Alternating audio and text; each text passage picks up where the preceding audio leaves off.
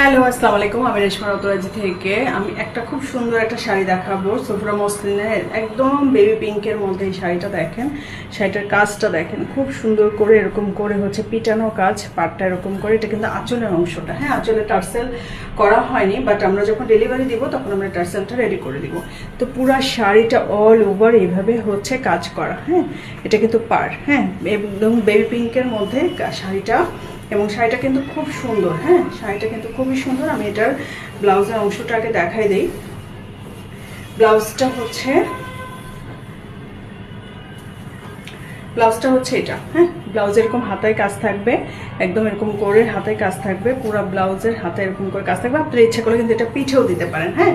তারপরে এইটা হচ্ছে কুচির অংশটা, এখান থেকে স্টার্ট হবে কুচির অংশটা, কিন্তু এখান থেকে, হ্যাঁ, পুরো শাড়িটা এরকম করে হচ্ছে কাজ করা, কুচির অংশটা এরকম করে করা, এই হচ্ছে কুচির অংশটা। এবং এখান থেকে কিন্তু আপনার বডির অংশটা শুরু হয়ে গেছে, হ্যাঁ। তো বডিটাও কিন্তু এরকম করে অল ওভার এরকম করে হচ্ছে পিটানো কাজ করা, ঠিক আছে, এরকম করে পিটানো কাজ করা, যেটা আপনারা এই স্টাইলে পাবেন। এবং এটা কিন্তু আঁচলের অংশটা, হ্যাঁ, আঁচলটা আমরা টার্সেল করে দিব যখন এটা রেডি হবে। তো এই হচ্ছে শাড়িটা দেখেন, শাড়িটা কিন্তু খুব নাইস একটা শাড়ি, হ্যাঁ।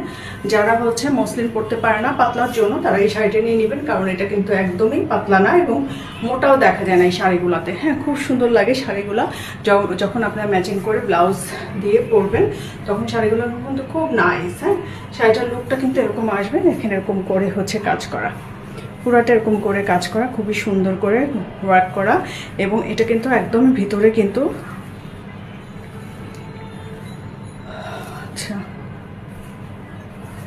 হ্যাঁ, এটা কিন্তু ভিতরে জরি সুতারও কাজ আছে, পিটানো সুতার কাজ তো আছেই, এমব্রয়ডারি, তারপর জরি সুতার কাজ আছে। আর এগুলো কারোর সাথে আসলে বাঁধে না, হ্যাঁ। এগুলো একটু হচ্ছে দামি শাড়ি, তো কাজগুলো ওরকম নিখুঁতভাবে করা হয়। তো এই হচ্ছে শাড়িটা, যারা নিতে যাচ্ছেন তারা কিন্তু ইনবক্স করে দিন। ধন্যবাদ সবাই।